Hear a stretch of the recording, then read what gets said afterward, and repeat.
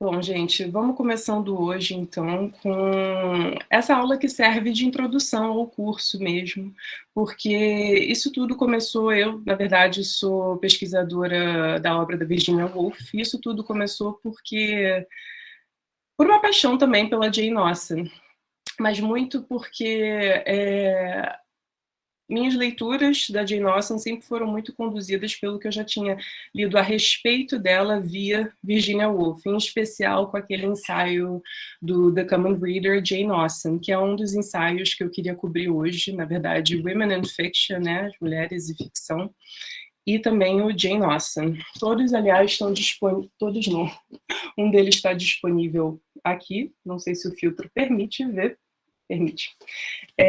Enquanto que o outro, para quem lê no original em inglês, eu peguei na edição da Oxford Classics. Mas, na verdade, se você... E isso não é uma propaganda, mas se você, por exemplo, adquire a obra completa da Virginia Woolf via Kindle, e você faz um mapeamento bem rápido, né? Só jogar na obra inteira dela para poder encontrar menções a Jane Austen, é só jogar o nome Jane Austen na ferramenta de busca, você vê o quão presente a Jane Austen é. E isso é uma coisa que causa muita fascinação nesse sentido, né? Porque ela foi uma das mães literárias nesse sentido, né? Uma dessas vozes influentes para formar a escrita também da Virginia Woolf. Então isso eu achei muito interessante da gente poder explorar também num curso de extensão, né? Para leitura, tanto para leitores que aqui se especializam, né? A gente tem alunos de graduação, claro, mas também tem já jovens pesquisadores, imagino que tenha talvez mestrado, doutorado na comunidade externa, ou também para leitores comuns. Esse é um curso que se destina para quem tiver interesse, um interesse de especialista ou não. Mas quando você faz essa busca bem rápida, você vê que das menções a Jane Austen, várias estão em ensaios, e especificamente aqui eu quero trazer 2 ensaios da Virginia Woolf, mas também a gente vê que ela é presente nos romances, nos diários, é realmente uma presença muito forte para Virginia Woolf. Então, hoje eu queria trazer aqui, nessa introdução ao curso, né, algumas das observações que ela faz, acerca do fazer literário da Jane Austen, mais especificamente com esses 2 ensaios, como eu falei. Me debruçando, então, no Women in Fiction, né, as mulheres e a ficção, e Jane Austen, mais especificamente.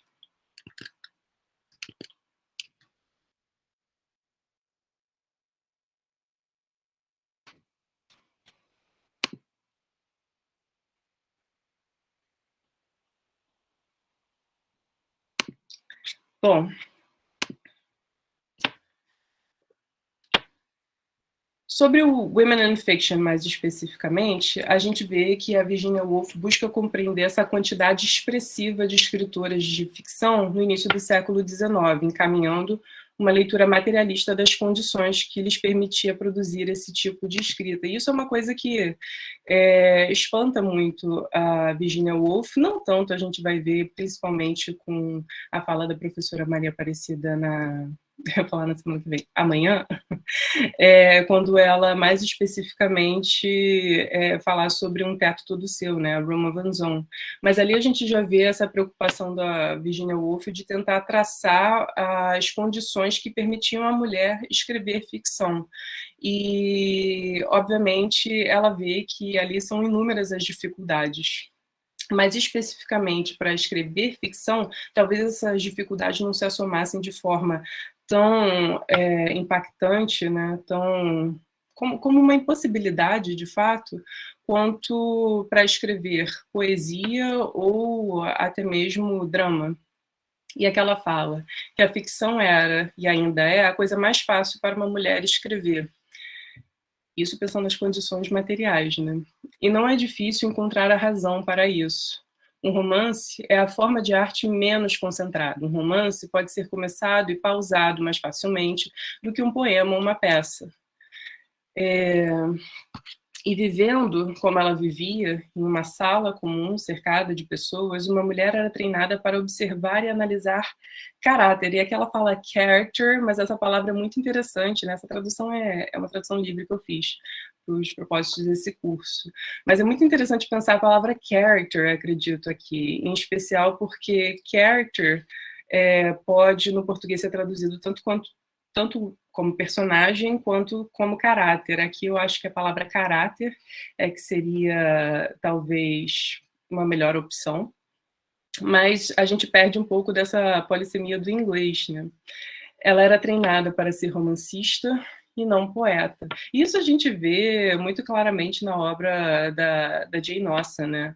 Como que esse ambiente da sala de estar, com visitas, pessoas indo e vindo, interrompendo o seu trabalho, até inclusive ela tendo que esconder os escritos de baixo, né, de, não sei, uma costura ou qualquer coisa que seja para não... sendo interrompida, inevitavelmente, né, diversas vezes. Ainda assim, esse era um trabalho que se fazia possível, dadas essas interrupções frequentes, dado o fato dela não ter um quarto, né, um teto todo seu, como Virginia Woolf advoga em A Room of One's Own, né, num teto todo seu. Mas também pelo fato dela ser treinada, querendo ou não, ela acabava, assim como mulheres, de uma forma geral, a gente pode dizer que acabavam sendo treinadas para analisar essas relações interpessoais, né, essas dinâmicas sociais em grupos, performances de gênero nela, desde muito novinha, e isso a Virginia Woolf fala já quando ela analisa Love and Friendship, lá dos escritos da Juvenília, da Jane Austen, desde muito novinha ela já conseguia perceber essas performances de gênero e esses sentimentalismos exacerbados, né, de mulheres que desmaiam no sofá por qualquer coisa, por fazer uma performance, né, com base em livros que eram tidos como perpetuadores do que essa mulher burguesa deveria performar como mulher, né, em sociedade. Então, é interessante pensar como essa sendo uma das condições que possibilitam também a escrita de ficção para Jane Austen, né? Tanto o fato dela poder ser interrompida a todo momento, quando se escreve um poema não é tão fácil, talvez se pode argumentar ser interrompida a todo momento. E claro que essa não é uma fala unânime, né? Não há um consenso, isso que eu acabei de falar. Mas, além disso, você também era treinada para ter esse olhar analítico das relações interpessoais, né? Então, todas essas se dão como condições materiais que possibilitam a Jane Austen vir a ser uma escritora. E continuando aqui a citação, a próxima, a Virginia Woolf fala que ainda no século XIX, a mulher vivia praticamente apenas em sua casa, e adoro essa construção, que talvez a tradução não seja tão bonita quanto no original, né? Que a mulher habitava sua casa ou em suas emoções, né? Na imaginação, ou mesmo a casa do corpo, né? Sentindo tudo que ela sentia, sem poder necessariamente compartilhar, sem poder dar vazão a tudo isso, né? Senão dentro da esfera doméstica, né? Porque a gente sabia que a esfera pública estava amplamente já demarcada e capitaneada pelos homens. Ela continua. E esses romances oitocentistas, por mais extraordinários que fossem, eram profundamente influenciados pelo fato de as mulheres que os escreviam serem excluídas de certos tipos de experiência por conta de seu sexo. É exatamente isso, né? Ela até vai comparar mais tarde ainda, nesse ensaio, né, que eu falo mais tarde nos próximos slides, a produção da Jane Austen com a da Emily Bronte e depois também com a da Charlotte Bronte, mas isso tudo para poder pensar o que eram essas diferentes experiências, né, de ser uma mulher no século XIX, Jane Austen lá no iniciozinho, né, do século XIX, especificamente ela pensando, e as irmãs ali no mid-century, né, no que seria lá pela meados do século. E como elas recebem essas informações e experienciam isso de maneira totalmente diferente, de modo que isso se traduza de uma maneira totalmente única na obra de cada uma delas, né? Cada uma com suas características bem marcadas, em especial quando a gente pensa a crítica que a Virginia Woolf faz ao Jane Eyre da Charlotte Bronte, especificamente. Mas a gente sabe que esse é um momento, né, no século XIX, que a mulher não é permitido trafegar com tanta facilidade quanto ao homem era permitido e até exigido, né, esperado e exigido na esfera pública. A mulher tinha que sair acompanhada, não podia simplesmente sair sozinha por aí, não podia fazer uma viagem sozinha por aí, sempre acompanhada de outras mulheres. Nossa, que tristeza, porque lembra um pouquinho até o The Handmaid's Tale, né, quando a gente fala isso, das handmaids acompanhadas, né, nunca podendo andar sozinhas por aí, mas de modo geral, né, generalizando, as mulheres tinham que sair acompanhadas, principalmente não podia estar na companhia de um homem que não fosse irmão ou algum parente muito próximo, como pai, irmão, porque poderia ser mal falada, poderia abrir margem mesmo, né, para fofocas, e até mesmo quando a gente discute o ensaio Jane Austen, fofocas perduram. A gente sabe que fofocas literárias perduram, mas também fofocas no momento, né, dessa produção, podem acabar com uma reputação, né? Esse é um dos grandes medos, por exemplo, dos Bennets, né, que ao saberem da fuga da Lydia Bennet para se casar com o Wickham, que isso acabe com a reputação da família. Então, a reputação ali tem que estar aquela coisa cristalina para, de fato, isso possibilitar casamentos, né? E não a destruição da reputação, destruição moral, né, da família ante as outras famílias nessas pequenas cidades rurais, né? Bom, mas continuando aqui, mais especificamente falando então do Jane Eyre, da Charlotte Brontë, a Virginia Woolf critica o ressentimento que pode ser encontrado em obras como Jane Eyre. Ela fala que o desejo de advogar uma causa pessoal ou de fazer de uma personagem a porta-voz de um descontentamento pessoal sempre ocasiona uma distração, como se o foco de atenção do leitor fosse duplicado. E essa é uma crítica que ela faz a Charlotte Brontë no Jane Eyre especificamente, né, que seria quase que como uma narradora, né, uma narrativa em primeira pessoa, então uma narradora que, num olhar ensimesmado, caísse dentro de si mesma e de uma maneira ressentida, né, a gente pensa naquela cena da janela, e é exatamente essa cena da janela que a Virginia Woolf recupera no ensaio, acho que o nome do ensaio, se não me engano, é Wuthering Heights e Jane Eyre. Mas essa cena da janela em que a Jane Eyre fala, não aguento, é que eu estou parafraseando muito mal, mas não aguento essa vida, se ao menos a gente pudesse ir para além do que os limites dessa janela, né, me permitem ver, para além dessa esfera doméstica, a gente pudesse conhecer outras pessoas livremente, andar pelo mundo livremente, simplesmente poder ser sem restrições, ela está falando, mas nessa raiva contida, nesse ressentimento que é gerado, né, por uma raiva que não pode ser externalizada tão facilmente e que não pode ser, né, com essa raiva você de fato promover tão facilmente mudanças, a Jane Eyre como uma preceptora, ela fica presa em si mesma. E a obra, assim, a Virginia Woolf põe, né, fica um pouco ensimesmada, um pouco presa em si mesma nesse sentido, por não conseguir ir em direção ao outro. A gente fica preso na versão da Jane Eyre, em especial por ser uma narrativa de primeira pessoa também, aqui eu penso que isso auxilia a leitura da Virginia Woolf. Enquanto que a gente vê em Jane Austen que o movimento é outro, da Emily Brontë também o movimento é outro. Café frio, desculpa. Mas a genialidade, acredito que da Jane Austen e de Emily Brontë, que a Virginia aponta, né? Virginia íntima, Virginia Woolf aponta, exatamente que você, com a literatura, está fazendo uma ponte em direção ao outro, porque você, seja pelo cômico ou seja pelo terror, né, que cada uma tem a sua via muito específica. De Jane Austen com essa coisa mais cômica, né, da sátira, da ironia, enquanto que a Emily Brontë, com esse lado gótico mais avivado, né, ela acaba indo mais em direção ao terror, com o Heathcliff, essa personagem monumental, né, e também a Catherine Earnshaw, até porque a gente não pode pensar um sem o outro.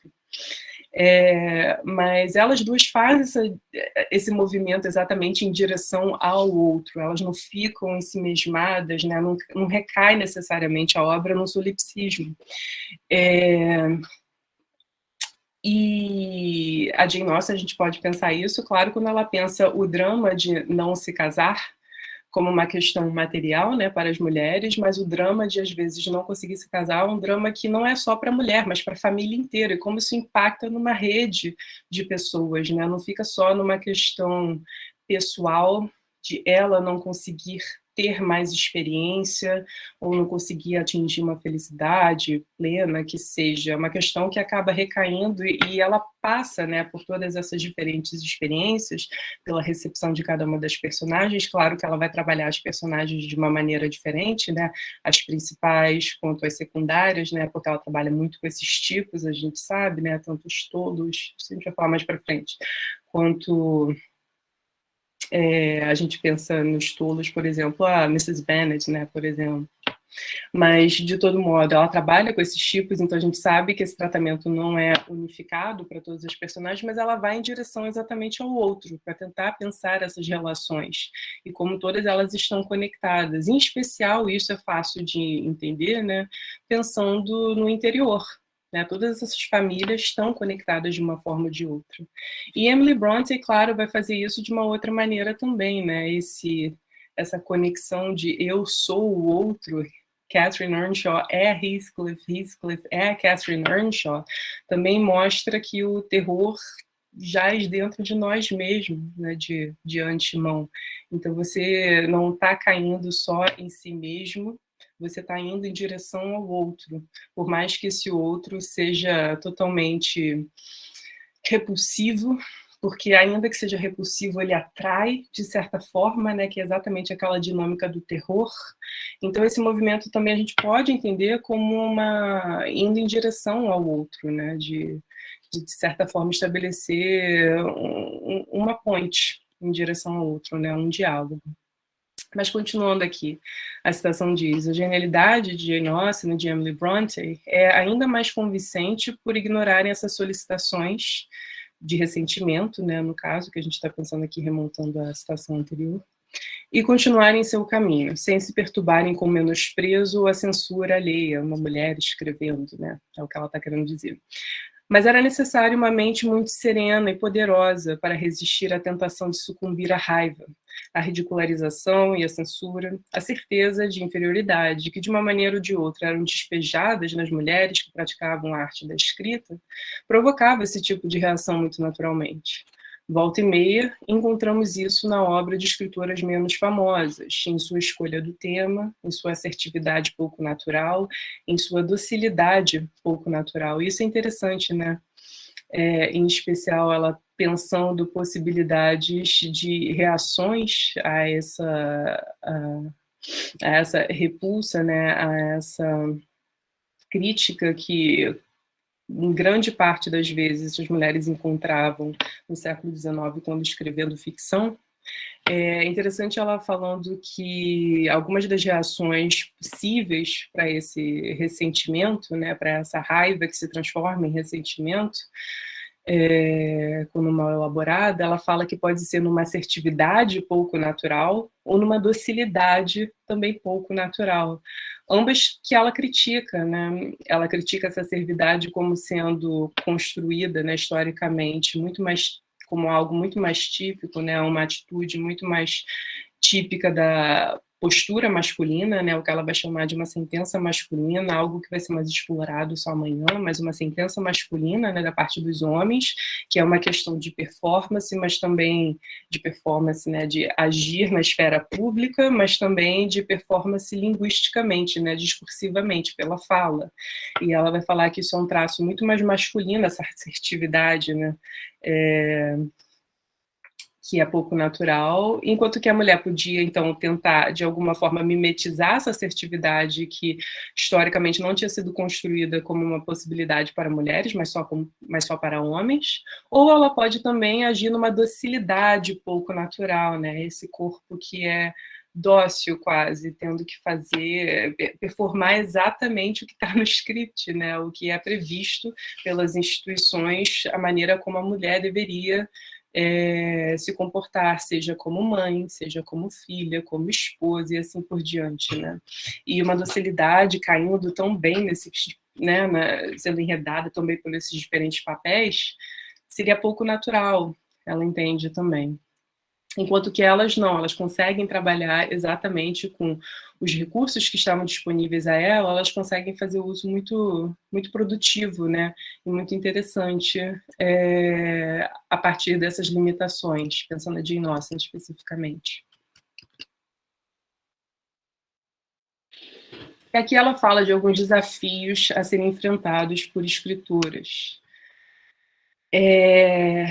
Ela diz que, primeiramente, existe a dificuldade técnica, tão simples, aparentemente. Na verdade, tão desconcertante, que a própria forma da sentença não lhe serve. É uma sentença feita por homens, quando escrevendo ficção, né? É por demais solta, pesada, pomposa para o uso de uma mulher.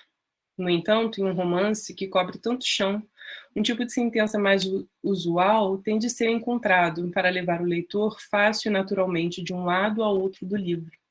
E isso é a mulher que deve fazer por si mesma, alterando e adaptando a sentença atual até ela escrever uma que tome forma natural de seu pensamento, sem distorcê-lo ou aniquilá-lo. E isso é interessante, né? Porque aqui a gente não vai ter a oportunidade hoje de desenvolver tão bem o que se entende por sentenças. Isso está exposto, não de uma maneira muito clara, mas está sugerido em mais páginas, né? A gente tem um pouco mais de pistas do que seriam essas sentenças, né? Que de maneira alguma é entendida de uma forma de uma forma consensual pela crítica wolffiana, e isso está em contenda mesmo.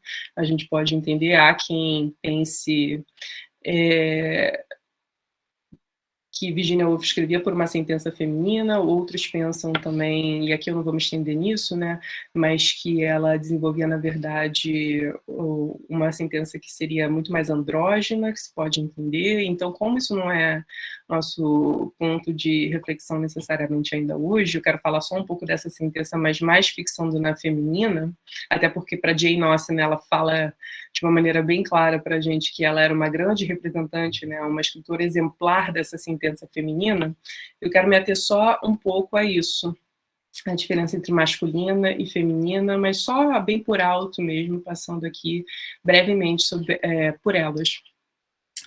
E ela fala, né, que essa sentença masculina aqui, as pistas que ela dá, a Virginia Woolf, é que ela é feita por homens, exatamente por ser essa sentença da esfera pública, né? A gente pensa em sentença quase que de documentos, como se a sentença de documentos também prestasse o mesmo serviço que sentença de escrita de ficção, talvez. Ela é pesada, pomposa, né? E talvez exatamente por isso ela não pertença tanto a essa esfera a esfera doméstica, ela não pertence tanto a esse discurso que seria uma possibilidade para a mulher, por ser muito pouco natural, obviamente, mas também porque ela não daria conta dessas experiências femininas, né, o que de certa forma a gente pode entender. Então, para falar do ponto de vista da mulher, uma escritora mulher escrevendo, talvez ela devesse pensar numa sentença só dela, né, numa sentença que melhor se adaptaria, então, o que é viver essa vida cheia de restrições, né, e tá tão somente ter alguma liberdade, né? Ela não tinha todas as liberdades do mundo, mas ter ainda um certo grau de liberdade tão somente na esfera doméstica. E aqui eu queria trazer um exemplo, na verdade não é um teste nem nada do tipo, porque eu acho que fãs de Jane Austen vão identificar muito facilmente qual sentença de que a gente está falando, mas no próximo slide eu trouxe um exemplo do que seria a sentença masculina e uma do que seria possivelmente a sentença feminina. Isso, e tem tanto no inglês quanto uma tradução no português. Eu vou deixar até, como eu não traduzi dessa vez, eu vou deixar no último slide das referências a referência, exatamente para quem tiver interesse lá atrás ver. Conferir, né, a tradução, o trabalho desses tradutores, mas acho que de cara, só olhando, todo mundo já vai saber a resposta para qual sentença seria masculina e qual feminina. Bom, de todo modo, essas são as sentenças.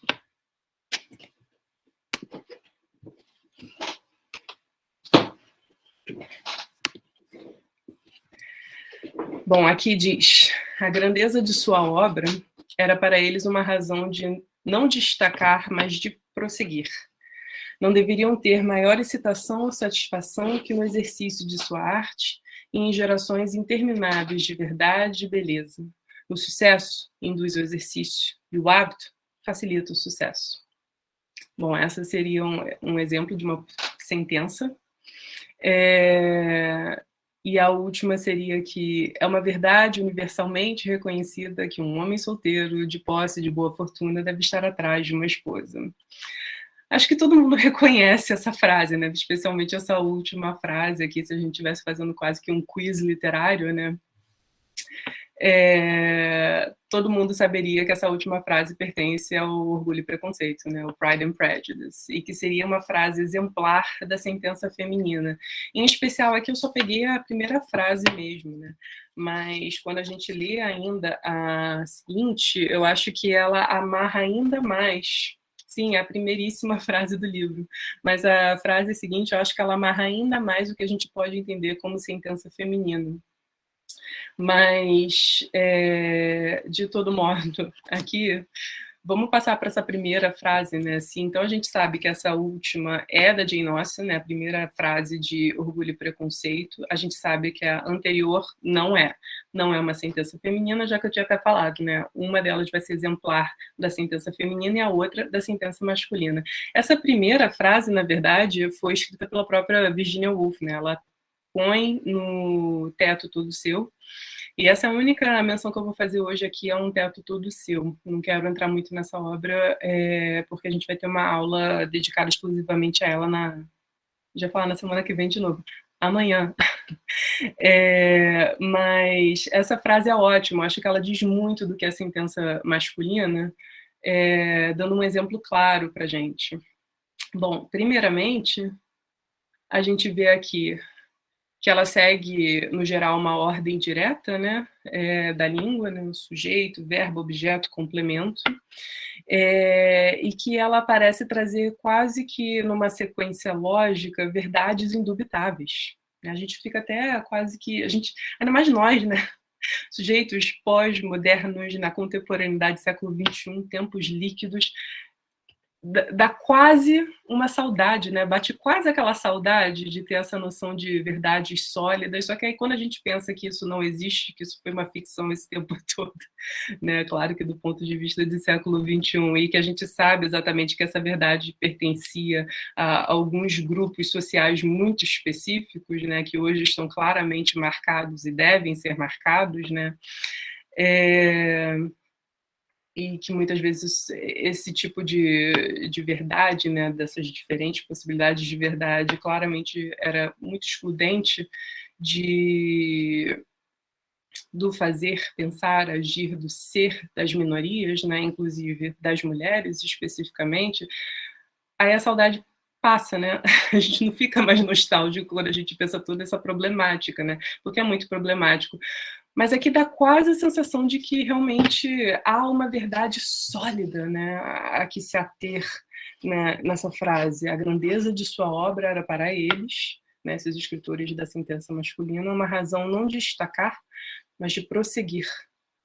Ou seja, não necessariamente de duvidar, mas de encontrar respostas últimas. Não poderiam ter maior excitação ou satisfação que no exercício de sua arte, em gerações intermináveis de verdade e beleza. O sucesso induz ao exercício e o hábito facilita o sucesso. Claro que a gente pode pensar como uma informação parentética. Claro que o hábito facilita o sucesso quando você tem as condições materiais para até te possibilitarem esse hábito, né, no dia a dia, coisa que, por exemplo, para as mulheres, elas não tendo um quarto, né, um teto todo seu, né, um study, que normalmente na casa seria reservado um study para o patriarca. As mulheres não tendo um espaço em que elas não seriam interrompidas toda hora. As mulheres não tendo as condições materiais, que eu digo dinheiro mesmo, elas não tendo as finanças para se sustentarem por si próprias, tendo que ficar preocupadas em casares e forjarem alianças via matrimônio, até mesmo para poder se sustentar e muitas vezes sustentar a família, porque poderiam perder a casa. É óbvio que isso a gente pensa que são condições, né, são condições que impossibilitam muitas vezes a escrita, ou se não impossibilitam, com certeza dificultam esse hábito que facilitaria o sucesso. Então, obviamente, a gente está falando de toda uma realidade que só é possibilitada a homens nesse momento, né? E então, claramente, essa não poderia ser uma sentença que caberia para as mulheres escreverem. Ela tem uma assertividade que, nesse momento histórico, nem seria possível, né? A uma mulher com tanta força poder se expressar dessa maneira, né? E se a gente passa para exatamente para esse exemplo, né, da Jane Austen, e infelizmente aqui eu não tenho o livro com a tradução, eu só tenho o livro em inglês, para quem pesquisa, né, um filtro. Eu não estou num café, tá, gente? Obviamente isso é um filtro. Mas a edição da Norton Critical Edition que eu tenho aqui, então talvez eu leia a próxima frase e traduza livremente. Então, me perdoem a tradução já de antemão, mas acho que a gente poderia até comentar a segunda frase também que está aqui. É uma verdade universalmente reconhecida que um homem solteiro. Então, quando a gente volta a esses universais, né, uma verdade universalmente reconhecida que a gente vê toda a estrutura de uma sentença masculina, né, uma verdade universalmente reconhecida que é tudo. A ordem está na ordem direta, né, da frase, a gente vê esse vocabulário que é muito assertivo, né, muito categórico, mas logo depois, em especial nessa frase, né, nessa sentença, mas também na próxima, a gente vê que tem uma quebra via ironia. Eu acho que talvez a gente possa propor isso que no nosso projeto de pesquisa a gente está tentando fazer, né, tentando mapear o que é a sentença feminina em Jane Austen, especificamente, né, no Orgulho, Preconceito e Persuasão, mas a gente pode ver que essa quebra da ironia, que essa quebra via ironia é uma quebra que é como se a sentença feminina estivesse rindo da masculina, porque não há como, quase que fazendo uma crítica mesmo, não há como ver tudo só pela perspectiva do homem, até porque um homem com dinheiro, né, aqui está falando de posse, de boa fortuna, um homem com dinheiro que chega numa cidade de interior, não é só a vontade dele que está em jogo, é a vontade de todas as mulheres, todas querendo casar, e todas as famílias. Então, assim, é communally mesmo, né? Comunalmente, algo que vai estar em disputa e algo que vai estar sendo deliberado, né? Que vai estar sendo manipulado muitas vezes, né? Mas que vai estar posto em discussão por todos. Todos estão envolvidos. Por isso que eu falo, ela faz muito, e eu concordo com a Virginia Woolf nesse sentido, ela faz muito uma ponte em direção ao outro, né?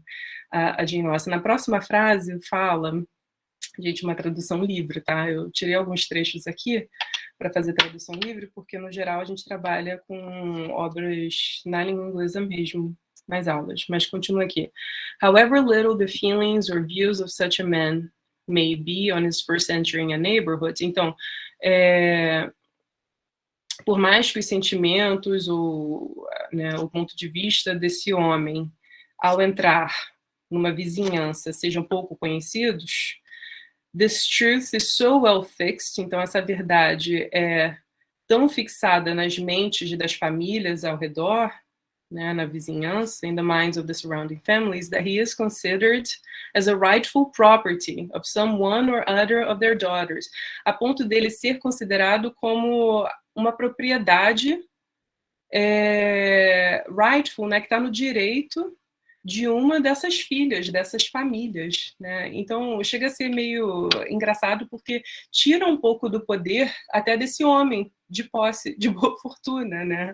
Acaba meio que, de certa forma, dando poder, né? O poder não fica mais verticalizado numa pessoa só, né? Mas horizontaliza, né? De certa forma, a divisão desse poder, né? Nessas relações entre famílias que estão ali disputando também, e não o homem, né? Mas, obviamente, a boa fortuna.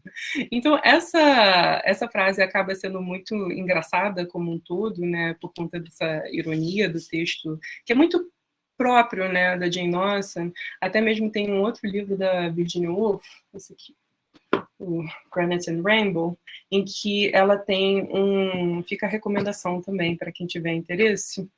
Ela tem um ensaio bem longo em que Phases of Fiction, fases da ficção, é o nome do ensaio da Virginia Woolf, em que ela fala sobre, ela na verdade faz um conjunto de anotações, praticamente, a gente pode dizer, sobre o fazer de ficção, né, os diferentes momentos da ficção, e ela está lendo ali diversos autores, né, ela está passeando pela tradição anglo-americana, mas também está indo para a russa, para a francesa, e ali ela está fazendo só um conjunto de anotações, ela fala, né, não tem... Só que ela tenta, de certa forma, agrupar esses escritores, e ela põe exatamente a Jane Austen na categoria de comediante, porque a gente ri muito, né? A gente se diverte muito. Quem ainda não teve oportunidade, imagino que todo mundo aqui, por ter esse interesse, né, especificamente Virginia Woolf, Jane Austen, já tenha lido alguma obra da Jane Austen, seja em português ou em inglês, ou pelo menos visto alguma adaptação, né, cinematográfica. Especificamente para Pride and Prejudice, né, para Orgulho e Preconceito, tem aquela de 2005 que todo mundo conhece.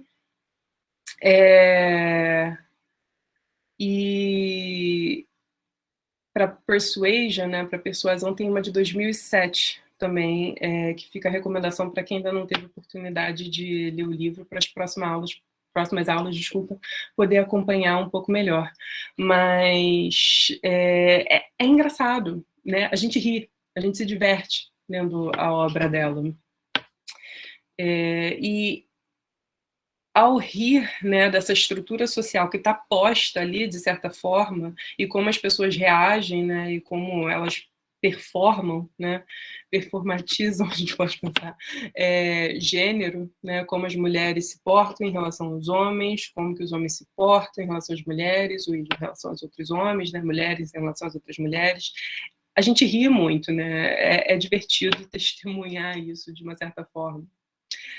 Bom, mas, voltando, né, aqui, ela falava, então, no slide anterior, de alguns desafios a serem enfrentados. Um deles, então, é do ponto de vista discursivo, né, linguístico, dessa questão da sentença. Mas ela também vai trazer a questão de valores.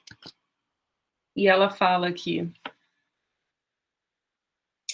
é provável, entretanto, que tanto na vida quanto na arte, os valores de uma mulher não sejam os mesmos que os de um homem. Assim, quando uma mulher escreve um romance, ela descobrirá que perpetuamente deseja alterar os valores institucionalizados, dar seriedade a algo que parece insignificante ao homem e tornar trivial aquilo que é importante a ele. E por conta disso, ela será criticada, pois o crítico se sentirá genuinamente surpreendido e confuso por uma tentativa de alterar o conjunto de valores atuais, e ele enxergará não somente um outro ponto de vista, mas um ponto de vista que é fraco, trivial ou sentimental, porque difere do seu. É interessante ela falando, né, porque um não está ali sem o outro, né, quando a gente pensa em linguagem, né, quando a gente pensa em língua, como traduzir essa experiência de mundo, não tem como não pensar os valores que a elas estão associados, né? Obviamente, quando a gente fala em discurso. E aqui ela fala que essa sentença, então, ela vai dar uma forma diferente, mas também vai trazer uma perspectiva outra, revalorando muito possivelmente as relações, trazendo, por exemplo, um entendimento mais, eu diria, mais complexo, né, do que seria a relação entre as mulheres, não necessariamente de competição, né, esse male gaze, né, muitas vezes coloca mulheres para brigar uma com a outra, enquanto que isso existe, obviamente, em especial quando a gente está pensando nessas disputas pelos melhores partidos, né, quando a gente pensa financeiramente, né, pelas melhores heranças, melhores fortunas, mas também a gente pensa numa relação muito próxima entre irmãs que não competem entre si, como por exemplo, a Elizabeth e a Jane, especificamente, né, no Orgulho e Preconceito, muito diferente, por exemplo, de irmãs que quase se, né, uma está no pescoço da outra quando a gente pensa no Mansfield Park, na Julia e na Maria Bertram, né, que literalmente competem pelo mesmo potencial partido, né, pelo... Ai, gente, esqueci o nome dele. Esqueci totalmente. Harry Crawford, lembrei. Mas, de todo modo, então, assim, o que ela está dizendo aqui é que esses valores acabam também sendo, de certa forma, quer dizer, acho que a perspectiva, né, sobre os valores acaba redimensionando a importância de um mais do que outro, né? As mulheres, uma crítica, por exemplo, que é comumente feita, né, a Jane Austen, né, que ela não falava tão diretamente sobre guerra, mas é também uma maneira de se pensar que para a mulher não havia espaço para se estar nesse confronto, para se pensar diretamente sobre esse confronto. Se quisesse opinar sobre ele, muito provavelmente seria calada por um homem. Então, quando a Virginia Woolf fala que a Jane Austen soube muito bem, né, trabalhar com esses poucos recursos que elas estavam disponíveis, sem o ressentimento, é que ela pensou, tá, eu tenho essa possibilidade, né, de se pensar relações interpessoais. Então, trabalhando com elas, vou me dirigir ao que é possível, né? Sendo possível, falar do meu ponto de vista de mulher sobre essas relações entre homens e mulheres, sobre essas relações nessas comunidades menores, e como a questão matrimonial é uma questão material, antes de tudo, mais do que um romance de almas se encontrando, né? Uma coisa muito romantizada, é uma questão material, que pode pôr em risco a vida de uma família toda. Bom, mas continuando aqui, eu queria passar agora para o ensaio Jane Austen, especificamente. E esse ensaio, assim, fica essa recomendação mesmo de para quem tiver interesse nessa leitura, né, da Virginia Woolf. Até porque eu imagino que às vezes esteja dividido aqui, tem a gente que tem mais interesse em Jane Austen, então vai focar mais nas palestras dos últimos 2 dias. Algumas pessoas podem ter mais interesse em Virginia Woolf, então focar mais nessas 2 primeiras palestras. E também, né, quem tiver interesse pelo curso como um todo, né, focar exatamente nessa possível intertextualidade entre Virginia Woolf, né, mediação da leitura da Jane Austen pela Virginia Woolf, vai focar no curso como um todo, mas eu estou falando isso exatamente porque, para quem tem interesse nessa leitura mediada, então esse ensaio ele é incontornável. Assim, acho que realmente para quem quer fazer esse tipo de leitura não tem como não passar pelo Jane Austen. Bom, e o interessante desse ensaio também é que ele é muito amplo, né? Ele é bem assim, comprehensive mesmo.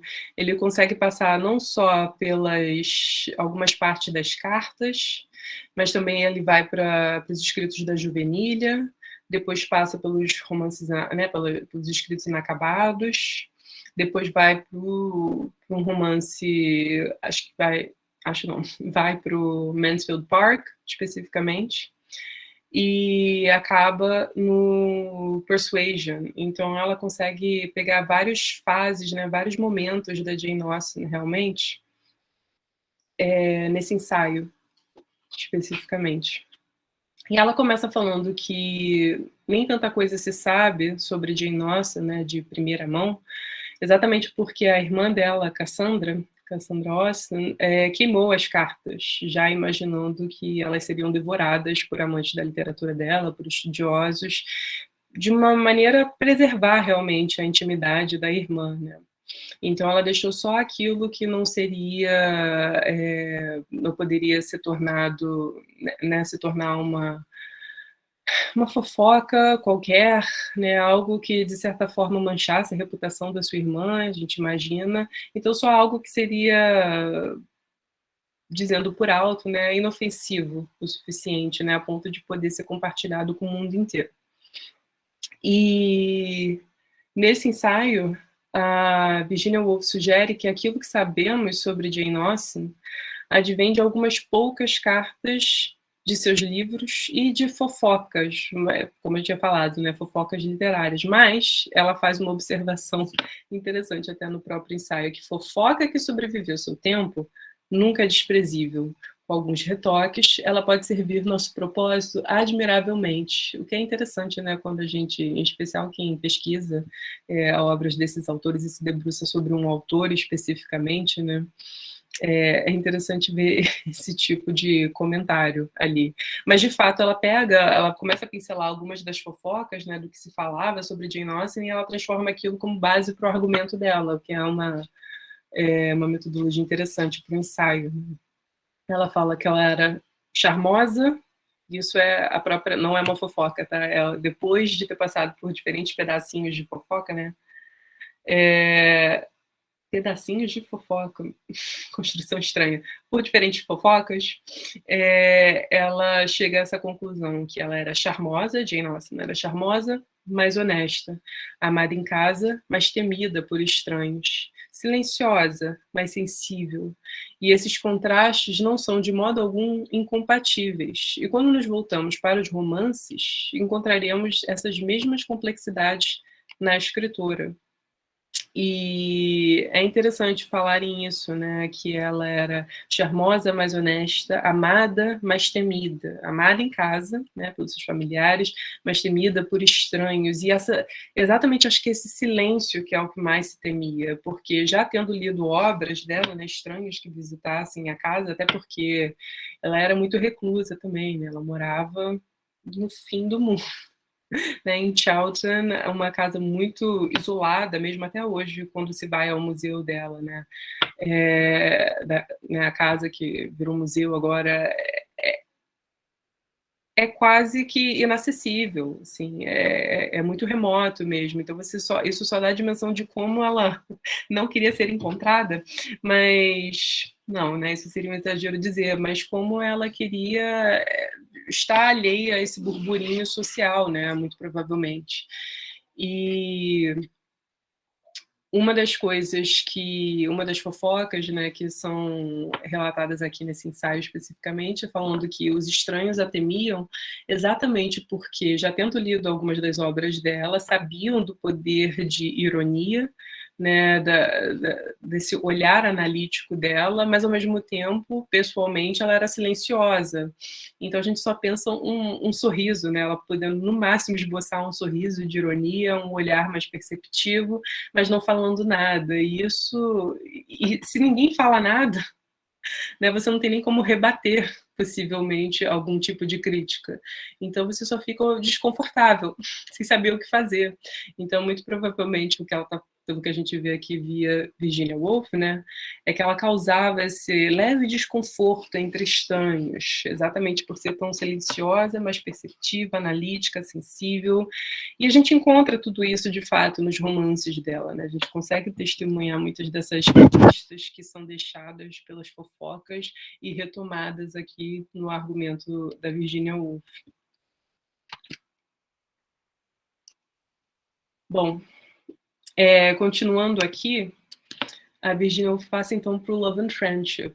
Ela fala que, ainda adolescente, Jane Austen escreve Love and Friendship, uma sátira cujo intento era o divertimento de seus irmãos por compartilharem um sentimento de deboche, de damas que suspiravam e desmaiavam no sofá. E essa é uma frasezinha retirada do próprio Love and Friendship. Originalmente está escrito Friendship com um misspelling, né?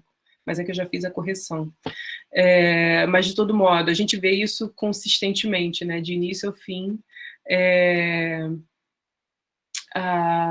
As personagens desmaiam no sofá, essas damas. Agora eu vou trocar os nomes, com certeza. Laura? Não, já esqueci. Sofia? Bom, de todo modo, tem uma memória péssima, gente, peço perdão. Mas, de todo modo, aqui, a própria Virginia Woolf fala isso, né? Isso foi escrito para ser compartilhado entre irmãos, por conta até dessas piadas que são compartilhadas, né? Piadas internas, né, que a gente fala, essas piadas compartilhadas entre família, né? Dentro da família. Mas Virginia Woolf já põe também que ela estava escrevendo para esse divertimento, mas também ela estava escrevendo porque ela era escritora, ponto.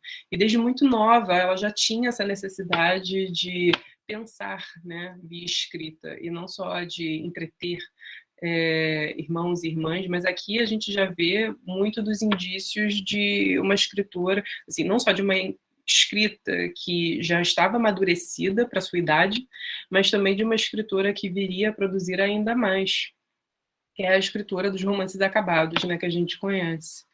E ela admirava a escrita da Jane Austen, dando especial atenção ao ritmo, ao contorno, à severidade da sentença, especificamente da Jane Austen, né? E aqui eu não consegui uma tradução de Love and Friendship, né, de amor e amizade, mas a gente pode traduzir livremente, espontaneamente aqui juntos, só para pensar o rigor dessa frase, né?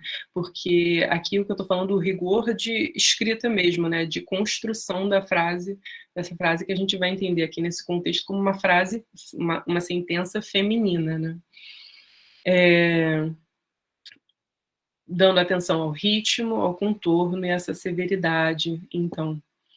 Ela fala aqui, she was nothing more... Ah, sim, a personagem principal... Gente, agora eu teria que pegar o livro, esqueci o nome da personagem principal, é Laura? Esqueci totalmente. Mas... Não vou lembrar, mas de todo modo, ela estava criticando uma personagem... Laura, obrigada. Eu tenho memória péssima, gente. Se eu começar a confundir personagens, me corrijam, por favor. Mas ela, na verdade, está fazendo essa crítica que a gente vai ler aqui a uma outra personagem, Bridget. Até porque esse nome não dava asas à imaginação. Que nome mais comum. Coitada, ela vai ter uma vida medíocre com esse nome dado por provavelmente uma mãe e um pai que não tinham imaginação. Até porque a gente sabe que isso é uma sátira, né? A leitura desses de romances de um modo geral, né? Que determinavam que mulheres deveriam suspirar e cair no sofá, né? Como a gente fala, desmaiar no sofá, como ela fala, nesse exagero de um sentimentalismo que era forçado, claramente, né? E por isso que ela faz essa crítica nessa sátira, Love and Friendship. Mas aqui fala, she was nothing more than a mere good-tempered, civil and obliging young woman. Então ela era nada mais, nada menos que uma jovem mulher, né? Uma jovem com bom temperamento e com um comportamento, né, bem civilizado, né, a gente pode traduzir assim, obliging, né, obediente. Basicamente o que ela está falando é que é uma mulher dócil, um corpo dócil, né, domesticado. As such, we could scarcely dislike her, né, e sendo assim, a gente mal poderia não gostar dela. She was only an object of contempt. Ela só era um objeto de desprezo. E eu acho que isso, assim, é uma frase muito dura, mas é engraçada, e a gente consegue entender da onde que ela está vindo, né? Mas se pensar que foi escrito por uma adolescente, né? Em especial se a gente pensa que bom, não sei vocês, mas eu, adolescente, não tinha essa percepção tão refinada né, de separar e como se portar e sentir em relação às pessoas. Ou você amava ou odiava. Até porque a gente pensa que é um momento de extremos. E ela não, ela consegue separar muito bem, mesmo dando essa voz para a Laura, até é muito engraçado, né? Conseguir separar que aquela mulher, por ser docilizada, era um objeto de desprezo, de certa forma. Claro que aqui, dentro desse contexto, né, das cartas, a gente pode pensar que aquilo, na verdade, é uma crítica não ao corpo docilizado, né? Isso a gente pensa quando a gente tira de contexto e pensa de Jane Austen escrevendo sobre performance de gênero feminino na sua época, mas aqui ela, na verdade, a Laura está fazendo uma crítica à falta de imaginação do nome Bridget, né? O que acaba caindo numa silliness, né? Numa grande bobagem, porque a Laura, mesmo tendo esse distanciamento, né? Ela se diz percebendo todas essas bobagens que ela pensava, e a recomendação dela para, acho que é para Marianne, me corrijam se eu estiver errada. Marianne, obrigada. As recomendações dela para Marianne é de que não faça isso, né? Não seja levada por todas essas ideias românticas de como mulheres e homens devem se portar, mas ainda assim a gente vê que não é aquele olhar muito crítico e distanciado como de uma própria Jane Austen, né? Então, claro que nesse contexto a gente pode redimensionar, mas é interessante pensar que uma menina, agora eu vou esquecer, adolescente, digamos adolescente, que agora eu não vou lembrar se ela tinha 15 anos. Casey, você tem uma memória melhor que a minha. Professora, naquele ensaio do Jane Austen Practicing, a Virginia fala que ela tinha 17, mas no Jane Austen ela fala que ela tinha 15. Então fica essa oscilação mesmo. Aqui no final desse ensaio também, ela fala que a Jane Austen morreu aos 42 anos. Ela morreu, na verdade, aos 41, né? Então, assim, vamos relevar também, né? Isso, né? Essa questão de idade especificamente. Mas ainda assim, pensando 15 anos, é uma menina bastante nova, né? Uma adolescente.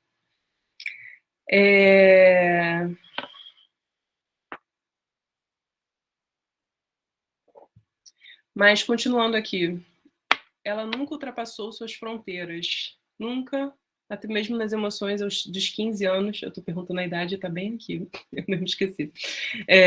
Dos 15 anos de idade, ela se encolheu de vergonha, obliterou um sarcasmo e um espasmo de compaixão ou apagou contornos em uma névoa de rapsódia. Espasmos e rapsódias, ela parecia dizer, amontando com sua pena, terminam aqui. E a fronteira é perfeitamente discernível, mas ela não nega que luas e montanhas e castelos existam do outro lado. E aqui a Virginia Woolf está falando especificamente, eu gosto muito dessa passagem, para falar da limitação, e não limitação como uma falta de diagnóstico, mas eu acho que é muito mais da delimitação de conteúdo, do que ela decide abordar, e de uma maneira muito consciente, né? A Jane Austen parece escolher que ela vai falar dessas relações entre homens e mulheres nessas cidades, né? Mais periféricas, né? Menos urbanas, especificamente. E ela sabe que há todo um mundo afora que ela poderia continuar explorando, mas ela termina ali. E ela sabe que é ali que vai ser a margem do que é possível para ela falar bem, né? O que é totalmente diferente do Jane Eyre se a gente volta para Charlotte Bronte, né? Porque ela vai exatamente para esse limite da experiência para poder falar, eu quero mais que isso, e fala de uma maneira ressentida, né? Que a Virginia vai colocar. Enquanto que a Jane Austen, vendo a janela, o que ela faz é se voltar para o que está dentro e analisar, eu posso trabalhar com isso, então trabalhemos com isso. Que é esse movimento de não colocar um ressentimento, né, uma raiva mal elaborada no texto literário, o que a Virginia Woolf dá a entender. Ou seja, lá fora existem luas, montanhas e castelos, de fato, e outras pessoas podem explorar isso, que não eu, parece ser, né, o intuito da Jane Austen, de certo modo. Depois ela passa, então, para a obra inacabada do Watson, e ela fala que até mesmo essas obras inacabadas se mostram reveladoras. Do Watson, especificamente, mostra, né, analisando essa obra, a gente pode perceber que os primeiros capítulos são rígidos e pouco desenvolvidos, revelando aos leitores, então, que num primeiro esboço, a Jane Austen partia de alguns poucos fatos para depois olha só como que o PowerPoint me deixou na mão. Para depois de muitas revisões, acrescentar mais corpo e atmosfera à sua obra. Eu não sei se todo mundo aqui teve a oportunidade de ler The Watsons, né, mas a gente percebe que é exatamente isso, né? Parece que ela está ali montando primeiramente, né, numa primeira versão, e é exatamente uma primeira versão, né, que deveria ser entendido, um esqueleto, e que só depois ela fosse dar mais corpo, atmosfera a essas cenas, né, mais corpo, mais carne a esse esqueleto. E se a gente pensa no enredo de The Watson, o enredo não vai mudar muito, porque nada acontece, né, nos romances da Jane Austen. A gente tem um baile em uma cidade do interior, alguns casais se encontram e dão as mãos ao dançarem, né, a gente tem alguma comida e bebida, aí a catástrofe, né, a grande catástrofe. É engraçado porque não tem muitos turning points, né, não tem aquelas coisas que são aquelas reviravoltas absurdas que talvez poderia ser entendido até como uma coisa muito de uma sentença masculina, né? Isso sou eu elaborando, tá, gente? Não está escrito na Virginia Woolf especificamente, não. Mas eu estou pensando aqui que até quando a gente descobre, por exemplo, que o Wickham, isso não é spoiler para ninguém nessa altura do campeonato, mas que o Wickham, na verdade, que pode ser entendido como um par que não estaria, né, compatível com a Elizabeth, na verdade, que ela estava fazendo uma leitura totalmente errônea, né, de quem eram o Darcy e o Wickham. Ali não se nem se caracteriza como uma grande reviravolta, sabe? Parece ser muito mais uma reavaliação, uma reperspectivização, se essa palavra existe, de leitura, né? Uma reavaliação mesmo de quem são aquelas pessoas, como elas se portam, quais são os limites do conhecimento dela, né? Até onde ela consegue conhecer as pessoas, em especial baseado em primeiras impressões que podem ser um pouco ruins, mas depois, de certa forma, ainda deixam um amargor na boca, né? Então, não sei se seria exatamente um turning point, mas a gente sabe que os romances da Jane Austen, assim como os da Virginia Woolf, não está ali tão focado em enredo, né? Não é muito o enredo que movimenta tudo isso, mas muito mais uma reflexão acerca dessas relações interpessoais, né, entre as personagens. E aqui eu trago essa citação, né, onde a Virginia Woolf fala que Jane Austen comanda emoções profundas que não aparecem na superfície. Ela nos estimula ao suprir o que não está lá. O que ela apresenta é aparentemente uma coisa sem importância, mas que é composta de algo que expande na mente do leitor e oferece de maneira duradoura cenas de vida que só aparentemente são triviais. E isso é interessante pensar se a gente volta então para o The Watsons e pensa que a grande catástrofe se resume a um menino ter sido esnobado por uma jovem, mas acolhido por outra num baile. Ele chega cheio de vontade já para dançar e, tendo sido esnobado então por uma jovem, ele é acolhido pela Emma, né, que seria a personagem principal no caso, a Emma Watson. E aí que tá, é uma coisa tão simples, tão simples, mas aquilo adquire uma proporção tão grande, porque todo mundo vê a cara de... O menino tenta manter a compostura, né? Ele fica, não, tudo bem, a gente não precisa dançar. E o menininho jovem mesmo, acho que... Ai, minha memória falha. Acho que deve ter uns 10 anos, não lembro agora a idade dele. Mas... o menino fica ali acabado, E a Emma Watson, olhando aqui, ela pensa, se eu posso dar conforto a esse menino, de certa forma, né? E eu não estou prometida aqui para uma primeira dança nesse primeiro momento, por que não ajudar, né? Vinha ao resgate desse menino que vai passar por uma tristeza desnecessariamente. Então ela faz esse gesto muito generoso, mas que essa generosidade então toma proporções enormes, porque aquilo ali já fala muito, é um indicador, né, do conjunto de valores morais que se pode pressupor por esse ato que a Emma Watson tenha, né, guiando sua vida, guiando sua conduta em sociedade. Então aquilo acaba ganhando uma proporção enorme, porque todo mundo fica, nossa, mas quem é essa Emma Watson? Os Osborns, né, que são a família rica da vizinhança, né, que estão ali de passagem, mas eles são a grande sensação do baile, né, todo mundo vai ali para ver eles ficam curiosos, nossa, mas que é essa menina? A menina tão de sentimentos tão elevados, cultivados, né? Tão sensível. Quem é essa menina? E ela acaba ganhando, então, uma proeminência, de certa forma,